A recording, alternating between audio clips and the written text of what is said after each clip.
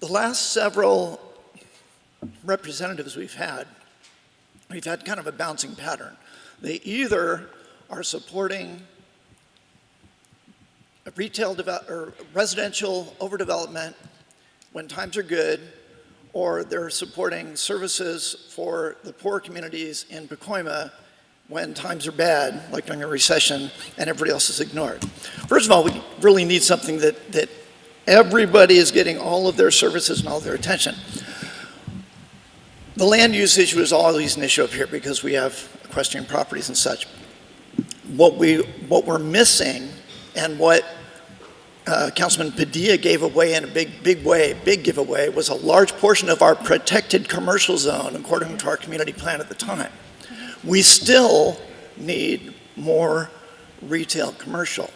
And that means bringing those developers in, having them sit down and showing them that their pin and a 10-mile circle, which has no residents, isn't the model that works, because the businesses here are still the busiest businesses in their location in the valley. Denny's is an example of that. So how, and you both have plenty of money from developers and construction, so I want to know from both of you what you will do to help bring in quality commercial retail development while resisting inappropriately dense residential development and protecting our equestrian lifestyles. For bringing in the good retailers, the city of Los Angeles has not been good at that, especially within the peripheries outside of the West Side, Hollywood, and downtown. For example, we need someone who's going to be a cheerleader out there, who's going to talk about how much buying power, how much density, how much population lives in these areas, and how little retail we actually have in our communities. We don't all need to be driving out to Northridge, Santa Clarita, Burbank, Glendale to be doing our shopping. We have the buying power here to have the retailers come to us. What we don't do is, for example, there's the International Shopping Center Convention that occurs once a year. There are cities like Linwood, cities like Burbank, other smaller cities that go out to this convention to advocate for their neighborhoods and advocate for their communities and be in front of the face of these retailers. The city of Los Angeles has not done that in the last 9 years because we are getting these retailers in other parts of the city. What I'm going to do is I'm going to go be a champion for our communities and be able to attract these businesses, cheerlead for our communities, and say, we will roll out the red carpet for you, we will help you through the building process, and we want you to come into our communities and go out there and advocate for that. We do need to preserve our current zoning for our industrial and for our commercial zones, because if we don't, we will lose it to residential, and once it's gone to residential, we will never be able to get it back for commercial uses. So we do need to preserve it for commercial uses. And when it comes to the equestrian community and land use,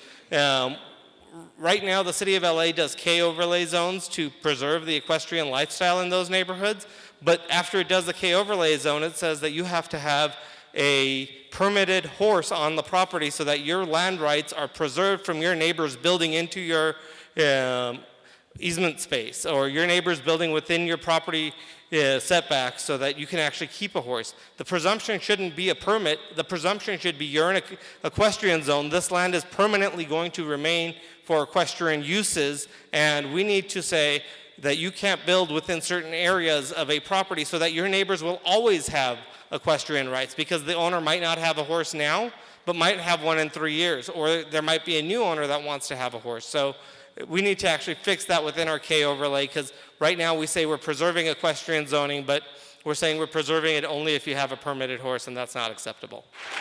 So the first way we're going to manage protecting all the areas that you mentioned was through the adoption of our community plan, and that is long overdue, and I know we're finally on track to start getting that accomplished. And that will protect all the very things that you have discussed in this process, is making sure that we can keep our commercial zones where we want them, making sure that we can protect our open space, making sure that we are responsible in the development to ensure that we have smart development and not overbuilding in areas that cannot accommodate it based on our current infrastructure.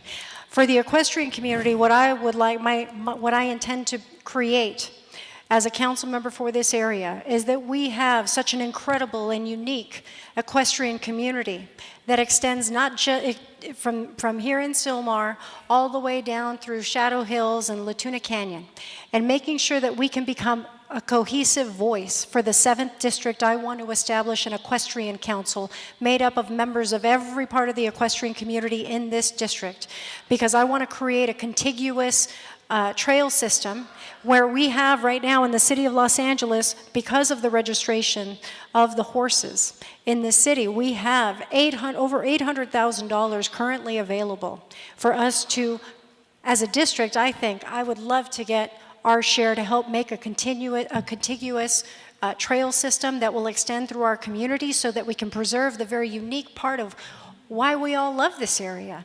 And so I think that's going to be a very big success in helping to unify our voice as the 7th District so that we can get our fair share of these dollars, because we have not seen the kind of investment that this area deserves, and it will be part of the solution to protecting this very unique and beautiful equestrian community. Thank you, Monica. I'm referring to Mission College. A lot of you have complained about the congestion on Eldridge and Harding. It gets so thick there at times to where you can't even move. It takes some people about 15 minutes to move one block. When they built the college, I knew the head contractor, I knew the councilman, I knew the president of this college, and they all said that they were going to widen Hardin Street in front of the college because they knew the congestion that was going to happen in front of the college. They still haven't done it. So I hope the next councilman, whoever gets elected, does it. It's terrible. There's the golf course on one corner, the college takes up 2 corners, and my house is on the other corner. But anyway, regardless, whether it's my house or somebody else's house, I can't even get out of the driveway during the day. But anyway, the street is so narrow, it's got to be widened. It's got to be widened. So the two of you look at it, and you'll see during the day, a couple of times you can't even drive. My wife one time, she was a block away from our house. It took her, she told me, 12 minutes to go from a half a block to our house. So that's all I want to say. It's terrible. Bye-bye. So would each of you then agree to look at that issue and... Yeah, Yes. You have an opinion already on that. I actually do, because I know the traffic conditions here have for a very long time, especially because of the limitations in parking, have created a lot of difficult dynamics here for the residents along Mission College. What I propose as an immediate solution is to develop a local dash system, because what we are facing with the growing enrollment here at this wonderful academic institution is that we have so many individuals that need to come from other parts of the area, coming from Pacoima, coming from Sunland Dahunga, coming from other parts of the city. But we have a lot of our youth also that are enrolled in classes here because of concurrent enrollment. And students, some of our local high school students that are coming as a result of trying to help get a head start on their academic. They do come from all over, and so what I want to do is implement a local dash system which will help to relieve the traffic congestion as well, so that we can allow so many of our students that are even coming from the adjacent communities a low-cost transportation solution that is going to immediately provide relief and help to relieve the neighborhoods of having to fight for parking spaces. And the street, yes, and I will look at that as well. Yeah, Carl. So first of all, it was mentioned that the Sylmar Community Plan needs to be updated. Actually, the Sylmar Community Plan is the second newest community plan in the city of Los Angeles. It was adopted in 2015. What needs to happen is it needs to be protected and preserved, and not having, immediately after the Sylmar Community Plan was adopted, there was proposals done for community plan amendments and zone changes on something that we have just passed. So anytime we pass a community plan, we need to all agree that we've agreed to a document that we can all live with for the next 5 years and prevent zone changes or general plan amendments on areas that have had a community plan update within that time frame.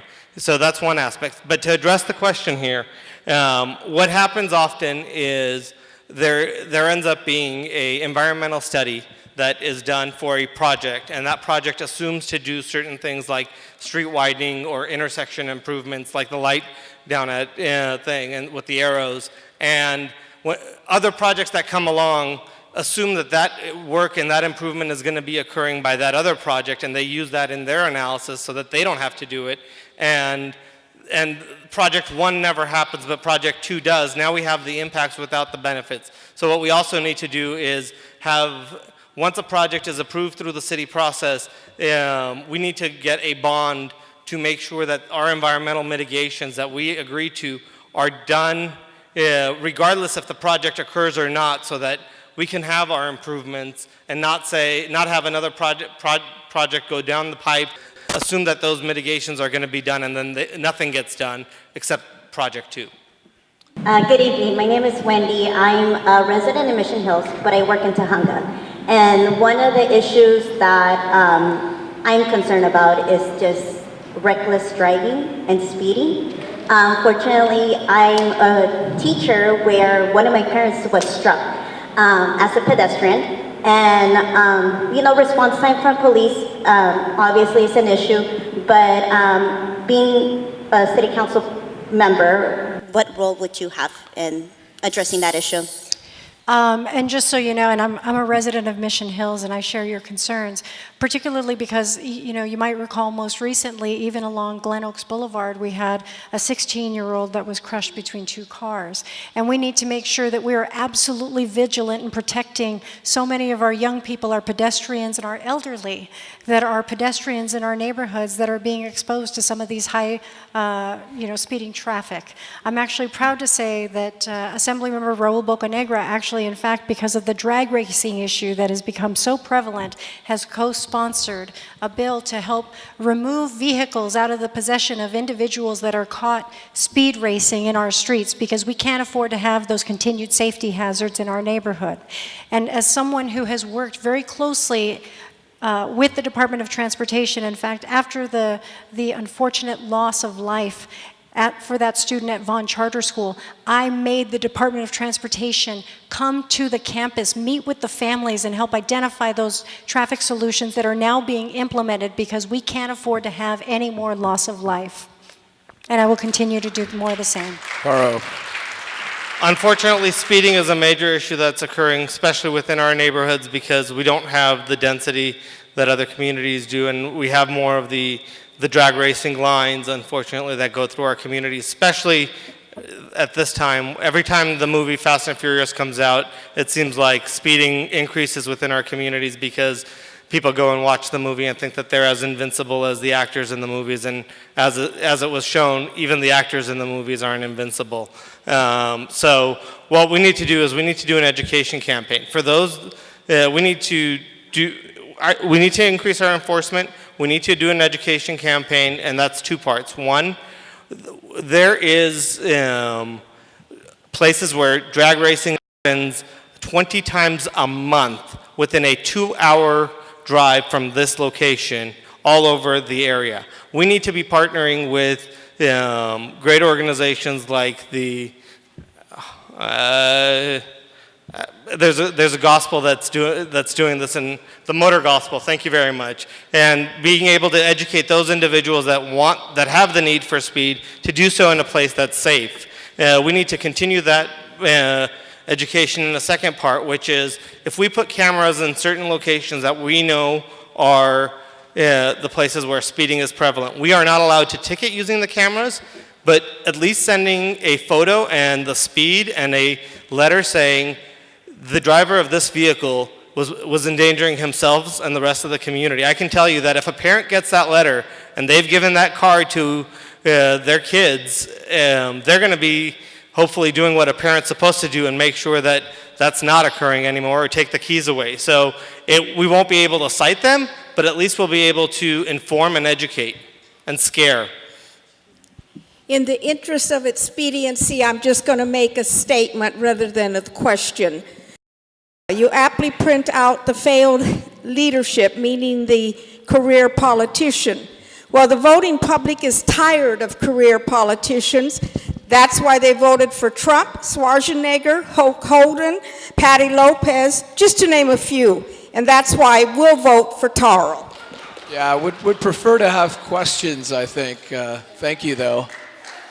A couple of months ago, as the Los Angeles fire chief retired, he was the guest speaker at Valley Vote, which is a PAR political organization here in the Valley, focusing on all activities in San Fernando Valley, excuse me, in West Los Angeles. He had with him his replacement. It was his very last day. It was the evening of his last day. He had with him his replacement chief. The question I posed to them was, what is the status specifically at the fire station addition in Sylmar? They said that all the I's have been dotted, the T's crossed. Both of them guaranteed me absolutely that the project was approved. However, it's approved as a function, but it's now with the budget committee. My question to both of you is, how are you going to force our approved fire station after 50 plus years through and get it done for us? And that's why what I propose, because right now, we don't even have our current fire stations fully staffed. So when we build a new fire station, my goal is not to have it sit empty. And this community does deserve a fire station, and we will continue to fight for that.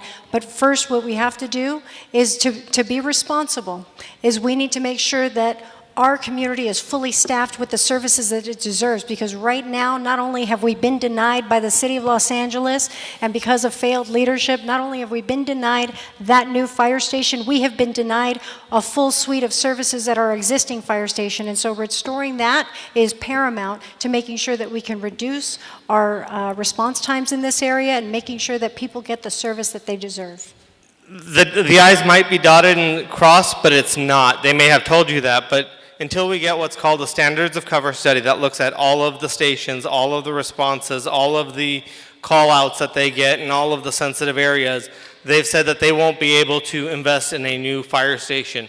And that study has been on hold for over 3 years now, and it needs to get done. If it's not done through the department because they don't want to see change, then it needs to get done through the controller's office, and if it's not going to be done there, then we need to hold the purse strings and say, you do this study before you continue to get X, Y, or Z funding to make sure that it gets done. Second thing is not only having us be championing for a new station, but having the development community be championing for a new station in our communities by saying, if your response time is not acceptable, then you're not able to get a clearance from your environmental impact report, because a section of it is public safety. And right now our EIR standards, all the letters say always is the fire department will be able to provide service to this location, but service at a 13-minute response time is not an acceptable thing. And we need to change our EIR standards so that we push the development community to join us in championing for a new station in our neighborhoods. One additional point. They indicated that the building of a station is a different subject from a developmental standpoint. It's different than increasing the manpower dedicated to the area. The new chief is very familiar with the circumstances in Sylmar. Some of you may remember about a year plus, we had a town hall on the subject of a fire station, and the person who represented the fire department and led their part of the discussion that day is our new chief. So he knows us. It's a matter of how do we drive past him help him out in order to accomplish what is so badly needed in this community. Just real quick, our son grew up in Sylmar. He is in the fire department. He is fire marshal in Elko, Nevada. Elko, Nevada is about 32,000 people. They have three full-time fire stations for 30,000 people. We've got one for 90,000 Sylmar plus San Fernando. We can agree on that, everyone here. Next question. Hi, my name's Laura Rathbone. Last year, John Guerrero was convicted of attacking 5 homeless people. He stabbed them with a railroad spike, lit them on fire, and murdered them while they slept. He was not homeless. Hearing this, how do you feel that 170 people were closed out of the Sylmar Armory to now sleep on the streets, subject to assault, rape, and murder every night, all because someone wouldn't unlock a door? Would you open the door to the Armory to help these individuals get shelter? Right. So again, going back to the situation right now, making sure, I know they're in a feasibility study to even see if they can financially afford to maintain that. Making sure that we have those facilities available is going to be something that we have to really look to having the resources to be able to do so. Otherwise, it doesn't really matter. We have to have a conversation about how we're going to look at comprehensively addressing these issues in the community so that we can ensure that we are doing things responsibly, that we are providing the kind of wraparound services and taking care of business in this district so that we don't have the kind of conditions that we're currently living with. But we don't need wraparound services, they just need to spend the night there. I met a blind woman who was sleeping at or a legally blind woman who was sleeping at the shelter during the winter seasons. And there are so many people within our communities that were utilizing that facility. I think if we were able to work on appropriate mitigations to protect the community and have a process that we regularly come back and have community meetings with the operator of the facility to make sure that the condition isn't spreading or it's not causing issues and problems within our communities. We have a facility there that could be having people under a roof tonight. If we do the appropriate mitigations to protect the community and the constituents in Sun Valley and house the homeless individuals that live in Sylmar, and house the constituents that live here, absolutely, I think that it should be open because it's a public facility that is not serving the public tonight.